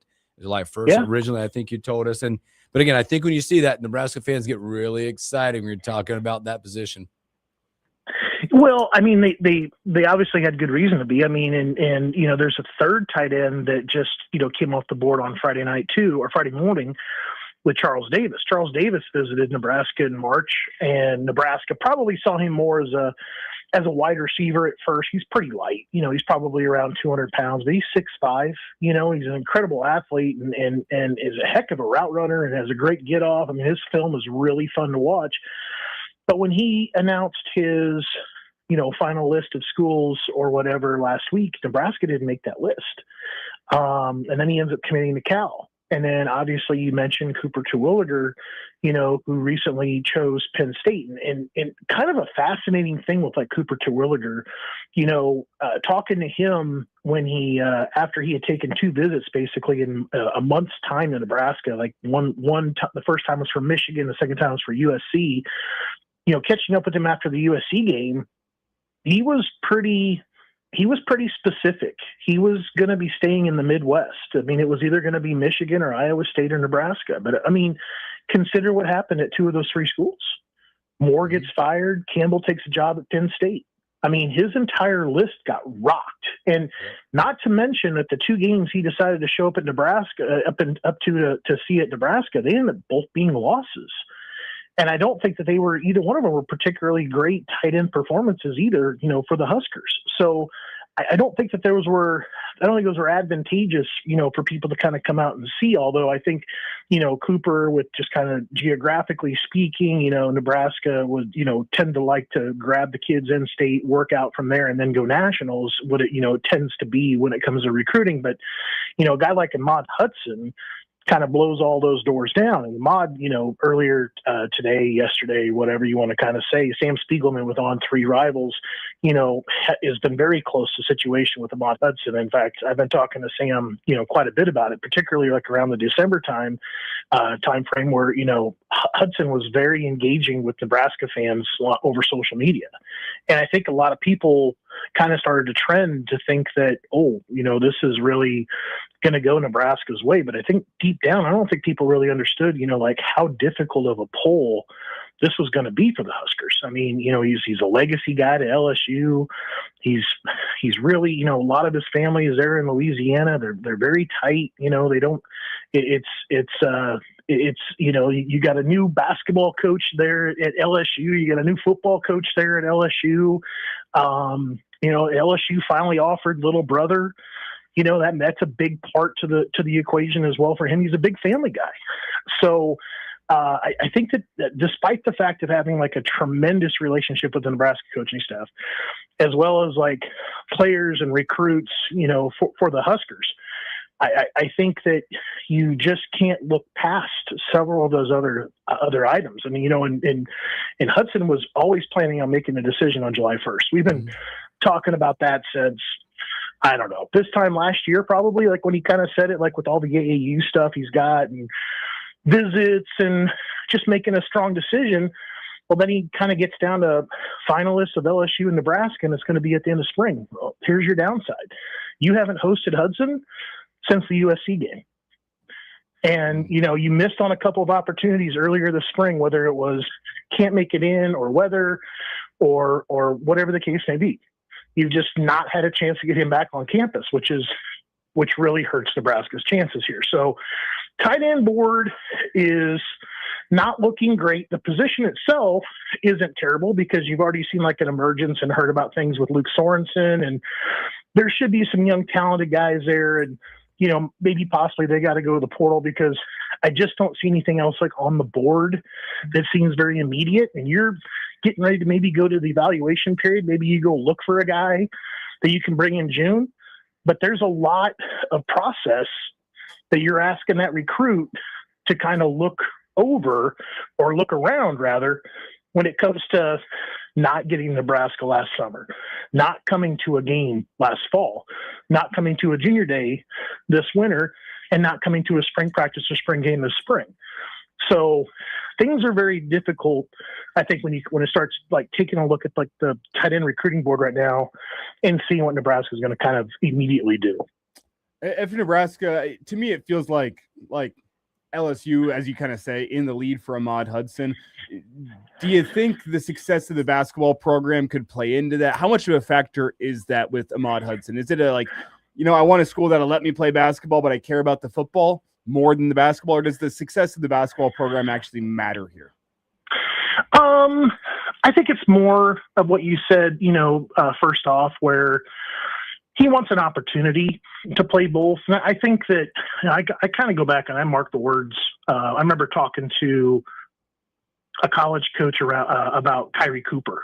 Kyrie Cooper was a very good wide receiver from Louisiana, conveniently, where he wanted to come to Nebraska and play both baseball and football. And I happened to ask a college coach that I knew personally about what was his thoughts about dual sport athletes.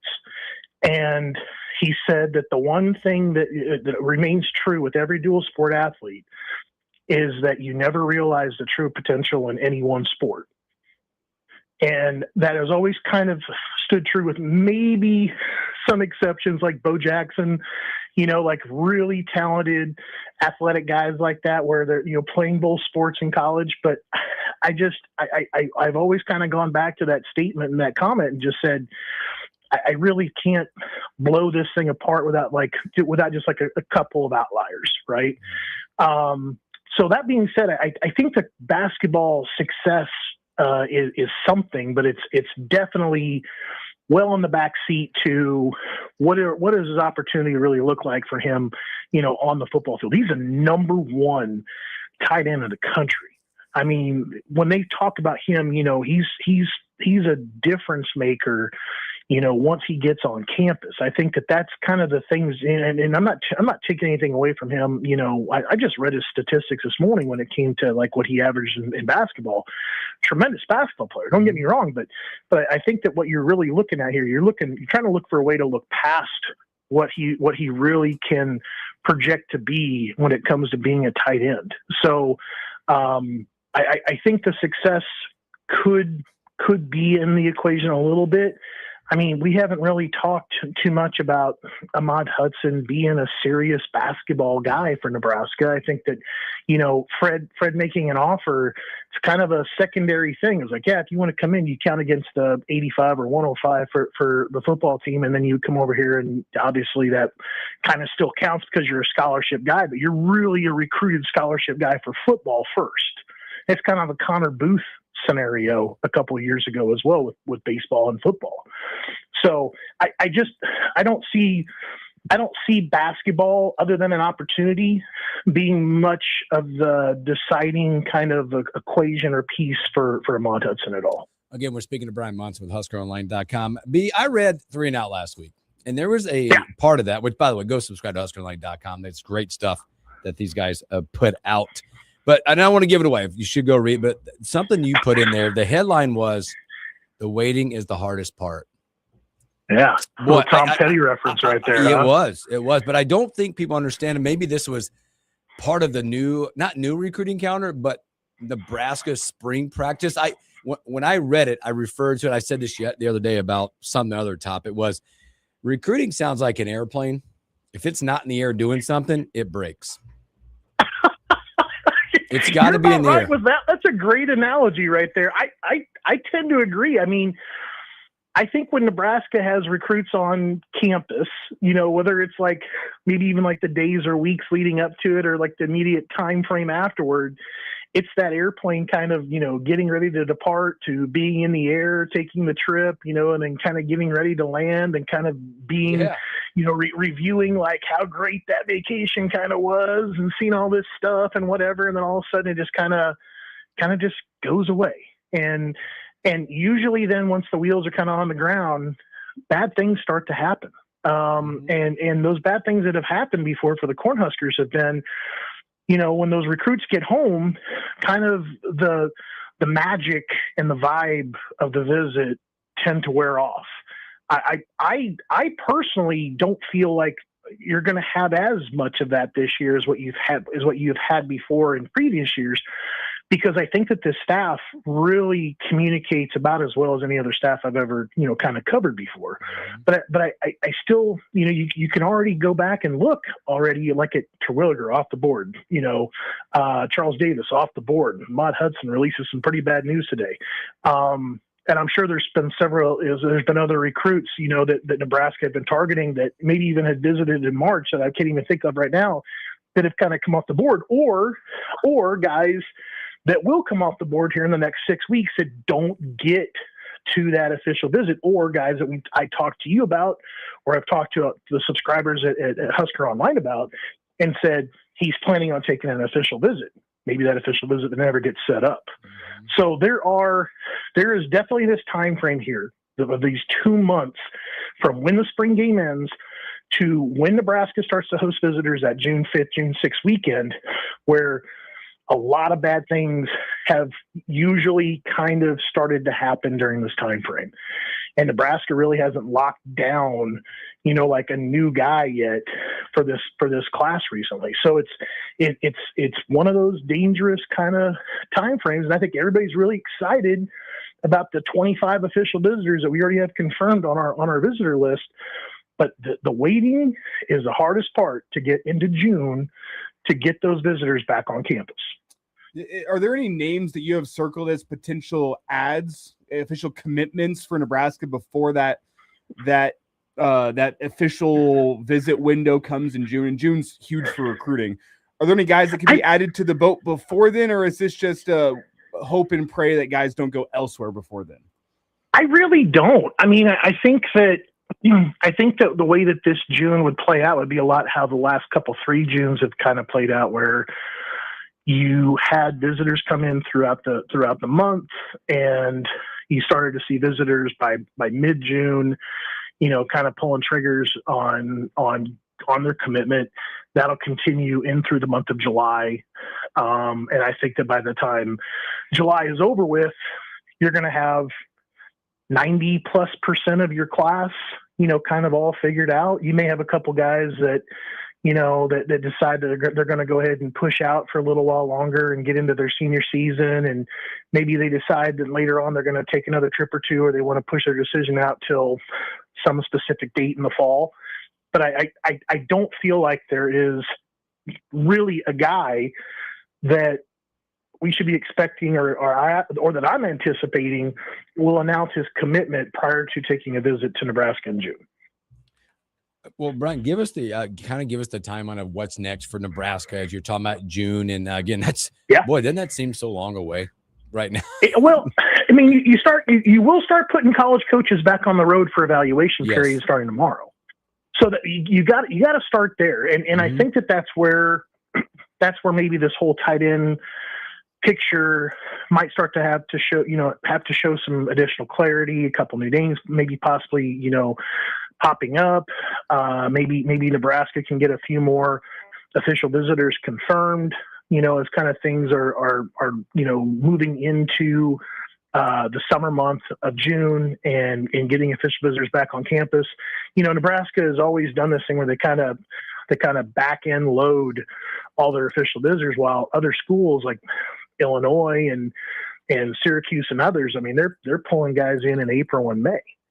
So there's been just those kind of 3 weeks or 4 weekends, I guess, in that month of June where they've kind of just pushed everybody out. That does give them a chance at least to kind of get the ball rolling on a couple of new names. If they feel like they have to go get a 2026 tight end, they do have some time here in the coming weeks to kind of get things going. Otherwise, it could be portal time for that, and they could then just have to go back to their roster as well.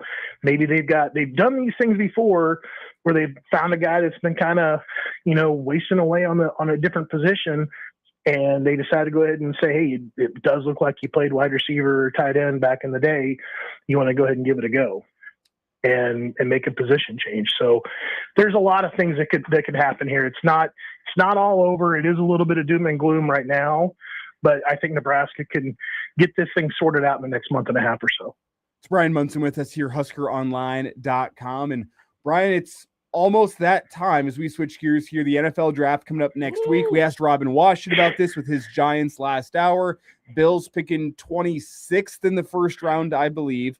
Any names that you have circled that far back? Any positions of need you think the Bills have? It's exciting time. New head coach, Josh Allen. I mean, it's finally time for him to make a Super Bowl. What are you feeling with this year's NFL draft with your Buffalo Bills? Yeah, I've seen so many different projections that I'm just my head just kind of spins, like where you're kind of thinking like, oh, Concepcion will be the guy that kind of falls down, to Buffalo and into the draft. And then you kind of wonder, well, it doesn't do anything to help Buffalo's, stat that really drives me the craziest about how bad they were against the rush. So I think if there's a name that I have circled for myself, and this is maybe like a pick after my own heart, is Caden McDonald from Ohio State. He'd be a solid presence in the middle of that defensive line. He's a 325-pound, 6'4" guy. He's played in that really difficult conference, obviously, that we all know about. And he showed out, and he has incredible film, standing out on a team of stars on that side of the football. He definitely is noticeable.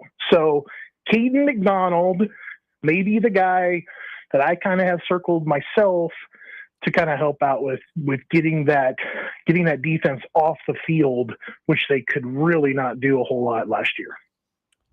Sounds like the GM of the Buffalo Bills. Look at him, just crushing it. Me and B need to have a serious conversation about several things. The first round draft pick, would probably be. I'll bet this: if they don't take McDonald, I honestly do feel like they will trade out. It's a bean move. It's a total bean move. They don't have a lot of picks. They could decide that like the Dominique Orange kid from Iowa State could be there late, and that could be like their guy. For example, I've seen him on several mock drafts for Buffalo, and covered him in high school and watching him in college. I'd be fine with that, but he's not McDonald. And I guess if you're going to trade out, then get those extra picks to move down, then so be it. But I bet that's probably Bean's number one move. But if they took McDonald, I'd be very happy, man. Now, there's also a chance. Maybe you guys could take a wide receiver that can actually catch a pass in overtime of the AFC divisional round. Or you could bring back the guy that didn't. You could go ahead and re-sign that guy. That guy drives me absolutely crazy because having a son who played wide receiver, the first thing I always taught my son was catch the ball with your hands. And that is something that Cooks does not do. And it drives me nuts. It drives me absolutely insane. So, yeah, trust me. Me and Mr. Bean would have a long conversation. Oh, B, always great stuff, my friend, man. Thanks for taking the time every Tuesday to hang out with us. We appreciate you, my man. Have a great week. We'll talk to you real soon. All right, next week, guys. We'll see you. Here we go. Brian Monson, HuskerOnline.com. Also, as we go to break, we have that new keywords, fund, F-U-N-D, like fund the NIL. What other ways can we fund things? Fund the morning hookup, F-U-N-D, 402-258-2800. Text you to win $1,000. Chance to win $1,000. We'll take a break. Come back with stories that we missed.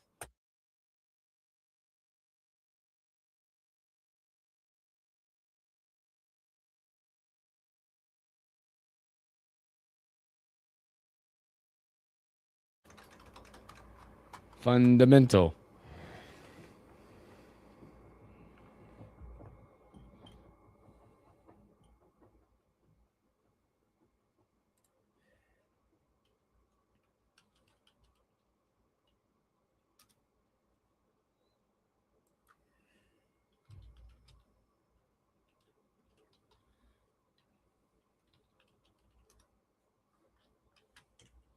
Fundamental. Nice little plug today. Let's see what's going on here. What can we do here?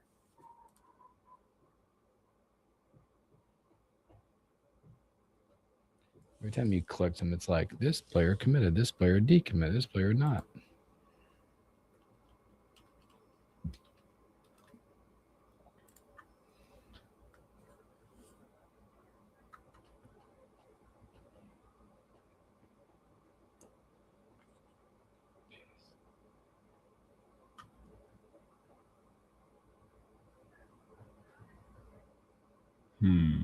Uh-oh.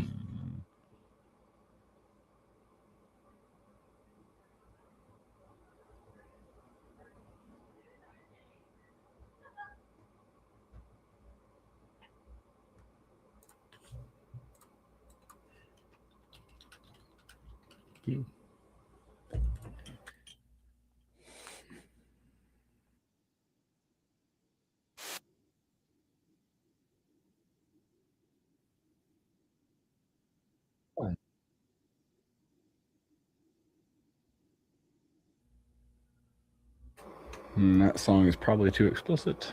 You're like, can't go there. Better not.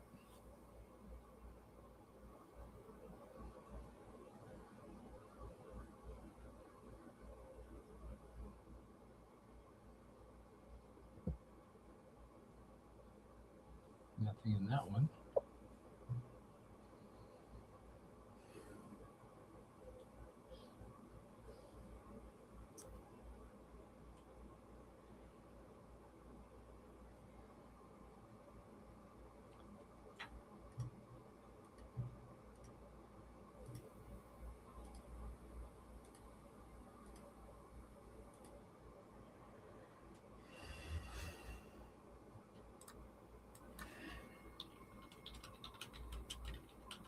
Something to watch for.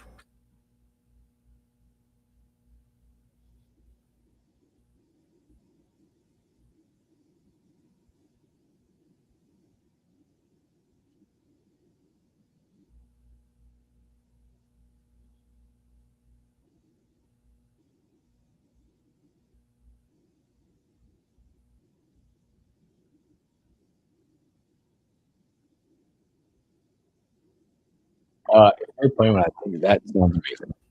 I just caught a little glimpse. One of my favorites. On it.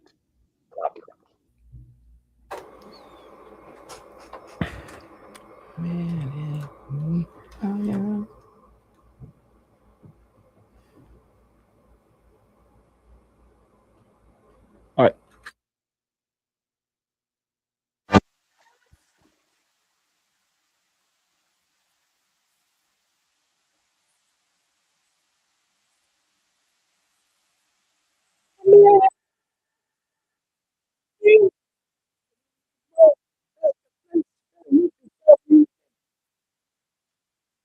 Welcome back in the morning hookup. Special thanks to the Blind Month with HuskerOnline.com.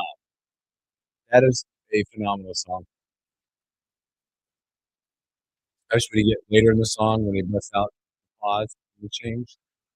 I just want to throw your hands out. What a we could just finish the show like that. You can't pour into a music station for the day. Yeah, well, that one. Hold on to the office.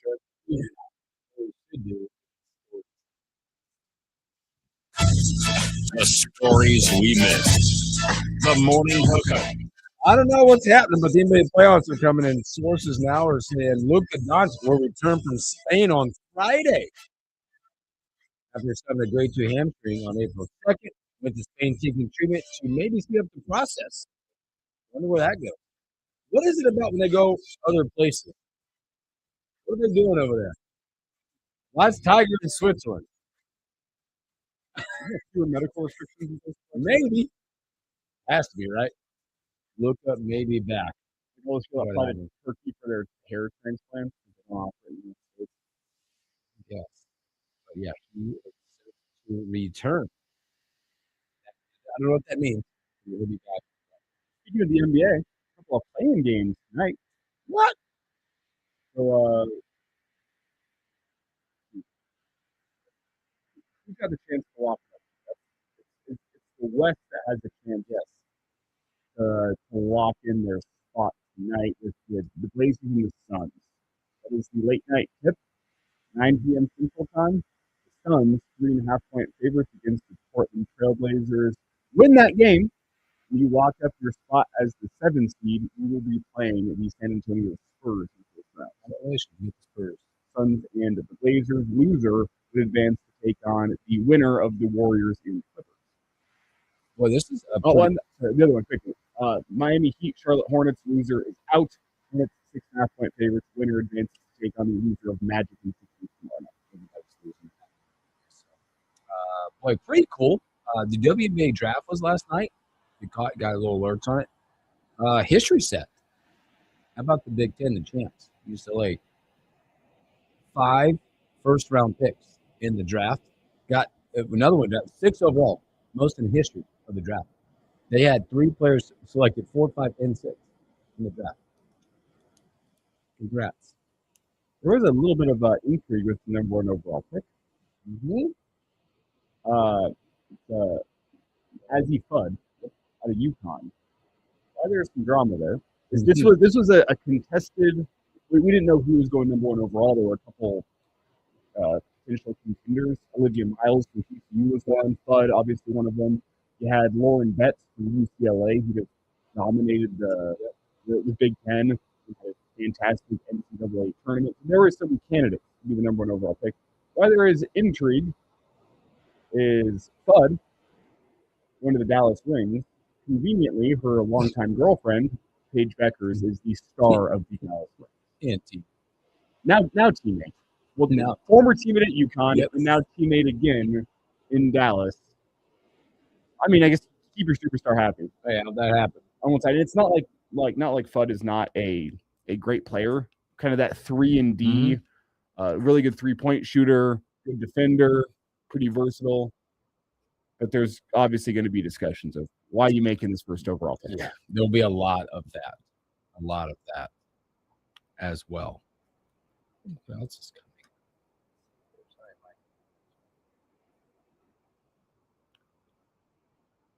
I think something to watch. I mean, go back to the NBA playoffs. I spoke about it yesterday. I just gonna try to bring it up.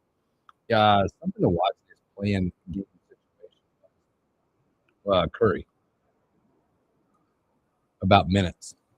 Something to watch for the minutes out there as coming back from it's runner's knee. Yeah. It's let's see, patellofibular or something like that. Or essentially, just his patella is inflamed and giving him pain. Yeah. And there's a lot of the minutes restriction and what's going on. There's a lot of talk, as I believe you mentioned it yesterday when they were talking about what to do for the NBA. A lot of this is going into less games. You'll get better minutes for more of your stuff. No, I like the idea of, and someone brought this up. How about you just shorten quarters in the NBA from 12 minutes to 10 minutes? Even the same number of games. Yeah. We'll go from 48 minutes to 40 minutes. Of course, the season, that saves a lot of work. Saves a lot. So, tomorrow, Husker legend Henry T. Buchanan, Baseball Creighton will update that and a whole lot more. You have a great Tuesday. Catch you on a hump day.